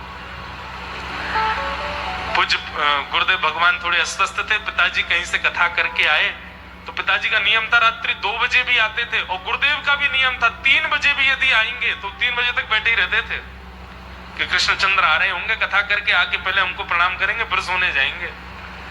तो गुरुदेव भगवान कथा करके आए, रात्रि 2 बजे गुरुदेव को प्रणाम करने के लिए गए, और बस जैसे ही पिताजी महाराज का वहां आगमन हुआ, श्री कृष्ण गोविंद हरे मुरारे, हे नाथ नारायण वासुदेव, कृष्णाय वासुदेवाय, हरे परमात्मने, प्रणतः क्लेश नाशाय, गोविंदाय नमो नमः, इस श्लोक का उच्चारण करते हुए पिताजी की ओर देखते हुए गुरुदेव भगवान प्रस्थान कर गए। अंत काल में भगवान नाम उच्चरित होना, अंत काल में वैदिक मंत्रों का उच्चारण होना, भगवान के रूप का स्मरण होना इच्छा मृत्यु के अंतर्गत आता है, और ऐसी इच्छा मृत्यु हम सबको करनी चाहिए। आज ही निर्माण कीजिए अपनी इच्छा मृत्यु का, कैसे चाहिए, होनी तो है एक दिन, तो सोच लो उसके बारे में। वृंदावन में हो, त्र्यंबकेश्वर में हो, गोदावरी जी के तट पर हो, काशी में हो, बद्रीनाथ में हो, कहां हो, बस अनायासी, हे ठाकुर जी आज ऐसा करना, अनायासी कोई हमारा क्रम बन जाए, हम वहां चले जाएं, वहां जाकर के बढ़िया सुंदर संगीत करें, सुंदर कथा सुने, ठाकुर जी को प्रणाम करें, भोग लगावें, माथे पर उर्दपुंड लगा करके खूब आनंद से नृत्य कर रहे हो, और बस आपको देखते देखते देखते देखते वहीं हमारे प्राण निकल जाए ना। ऐसी इच्छा मृत्यु हम सबको रखनी चाहिए।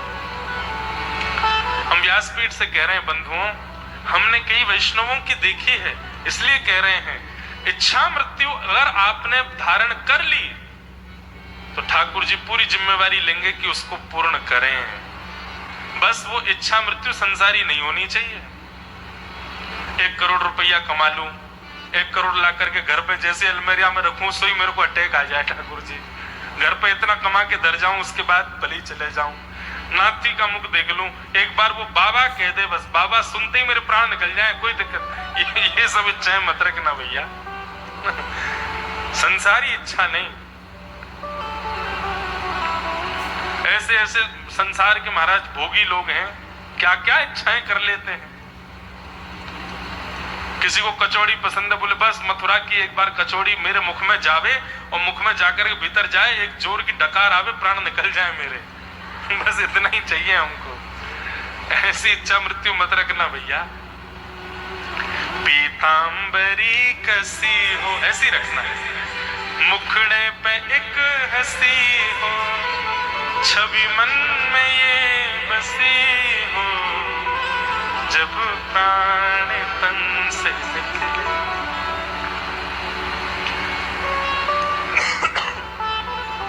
भगवान पांडवों के साथ युद्ध भूमि में पहुंचे। बाणों की सैया पर भीष्म पितामह लेटे थे, प्रतीक्षा कर रहे हैं ठाकुर जी की। इतने में ही चंदन की सुगंधी आने लगी। चंदन की सुगंधी आते ही महाराज जितने जितने बाण लगे थे सबकी पीड़ाएं मानो जैसे दूर हो गई। बंधुओं एक बात बताएं, प्रतीक्षा में जिसकी प्रतीक्षा है केवल उसी की मिलन की पीड़ा होती है। उस समय संसार में और कोई अव्यवस्थित पीड़ा हो रही हो उस पीड़ा का अनुभव नहीं होता। जब प्रतीक्षा होती है तो जिसकी प्रतीक्षा है केवल उसके मिलन की पीड़ा रहती है। उसके उस समय फिर अन्यत्र कोई पीड़ा आपको नहीं सताती। भीष्म पितामह के रोम रोम में बाण लगे लेकिन भीष्म पितामह मुस्कुरा रहे थे। क्यों? प्रतीक्षा में है ना। इसलिए केवल एक ही पीड़ा है चित्त में कि श्री कृष्ण आवे, कब आएंगे कब आएंगे कब आएंगे। मृत्यु देवी से पूछते हैं वो आएंगे ना? बोले हाँ आएंगे। वो मुझे देख के हंसेंगे ना? बोले बिल्कुल हंसेंगे। इसलिए और कोई पीड़ा का अनुभव नहीं हो रहा है। बंधुओं, श्याम सुंदर से मिलन की यदि आपके अंदर इच्छा प्रकट हो गई ना, सत्य बता रहे हैं, वास्तव में यदि भगवत मिलन की इच्छा चित्त में होगी तो संसार की कोई भी अव्यवस्था आपको व्यथित नहीं कर पाएगी, क्योंकि आप केवल एक ही पीड़ा में हो।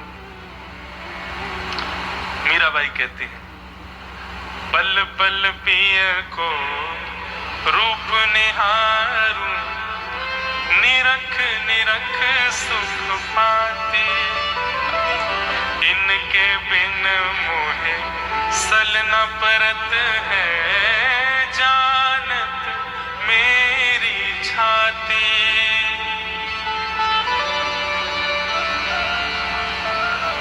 गाओ, मीराबाई क्या कह रहे हैं? गिरधर जन्म जन्म रासा, गिरधर जन्म जन्म रासा, गिरधर जन्म मरण रासा, गिरधर जन्म रासा। ऐसे नहीं, करताल बजा के गाओ। हो जाए नाय बिस्तरू में दिन राती, हो जाए बिस्तरू में दिन राती, हो जाए नाय बिस्तरू में दिन राती, हो जाए बिस्तरू में दिन राती, हो गिरधर जन्म मरण रासा, गिरधर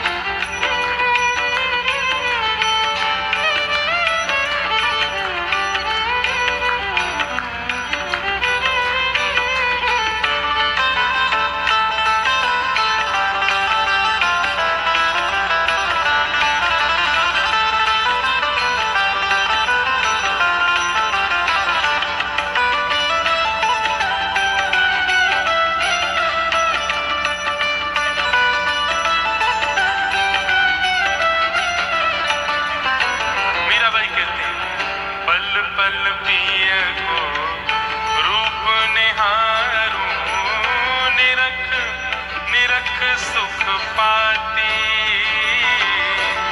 पल पल पिय को निरख सुख पाती। पल पल पिय को रूप निहारूं, निरख निरख सुख पाती, पल पल निरख निरख सुख पाती। रोए कर जोड़ा अर्ज करूं छू, रोए कर जोड़ा रोए कर जोड़ा अर्ज करूं छू, कर जोड़ा अर्ज करूं। सुन ली जो मारी बाती, गिरधर जन्म मरण रासा दे, गिरधर जन्म मरण रासा, गिरधर जन्म मरण रासा दे।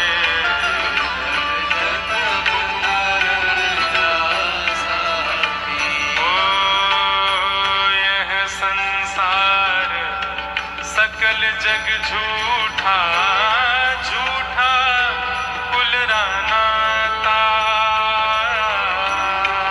ये संसार सकल जग झूठा, झूठा कुलरा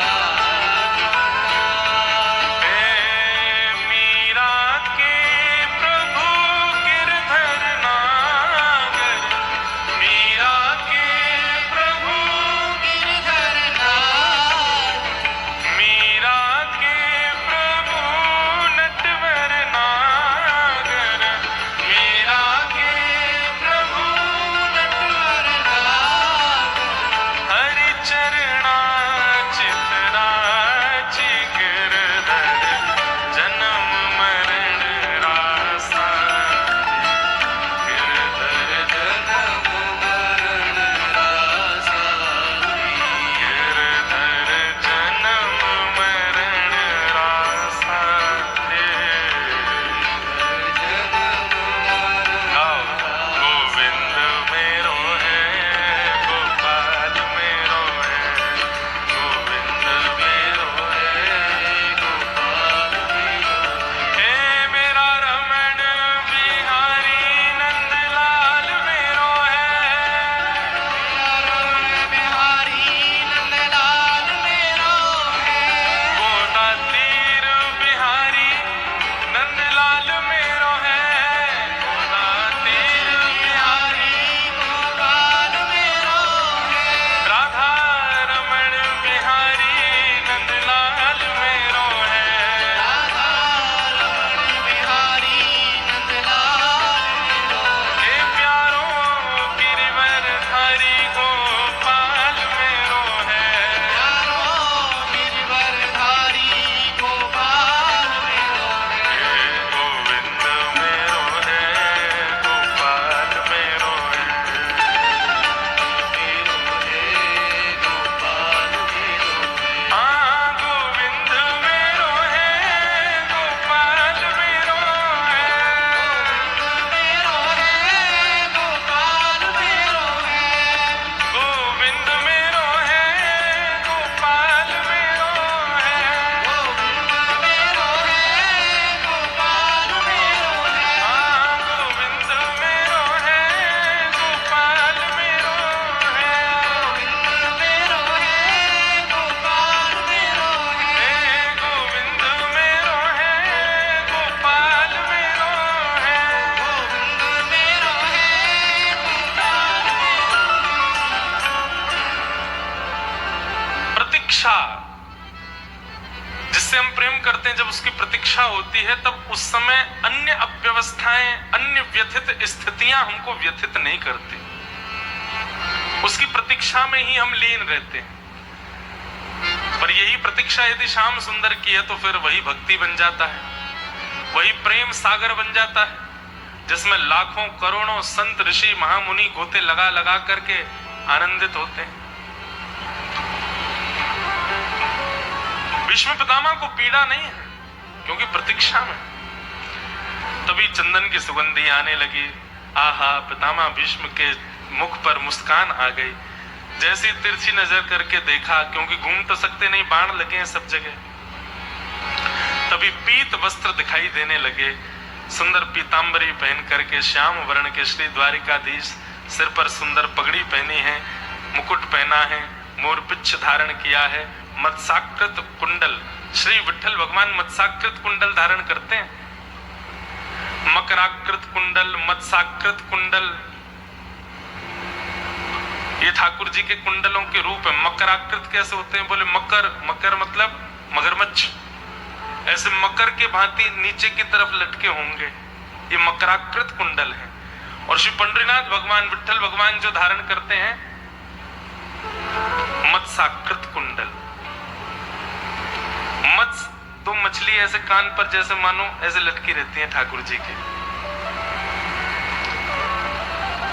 एक मुझे पूरा तो याद नहीं, मेरे को अभंग याद नहीं होते, मराठी भाषा नहीं आती। मैं तो मुकुंद दादा के पास कल भी बैठा, कल भी आपने इतना सुंदर अभंग दिया, मैं आज उसको याद कर रहा था, लेकिन थोड़ा और अभ्यास करूंगा, फिर गाऊंगा जरूर। अभी जा थोड़ी रहा हूं, अभी तो 10 मई तक कथा है ना, एक आध दो तो सुना ही जाऊंगा जाने से पहले।